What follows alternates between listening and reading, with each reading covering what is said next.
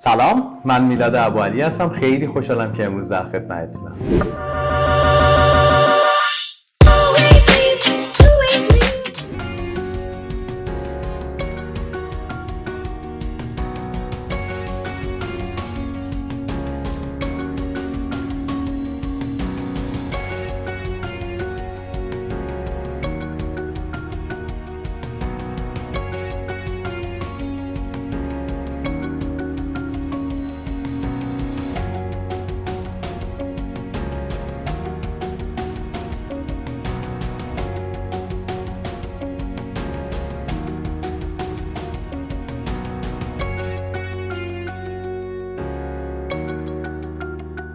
امیدوارم که این آموزش هم به دردتون بخوره و ازش استفاده بکنید.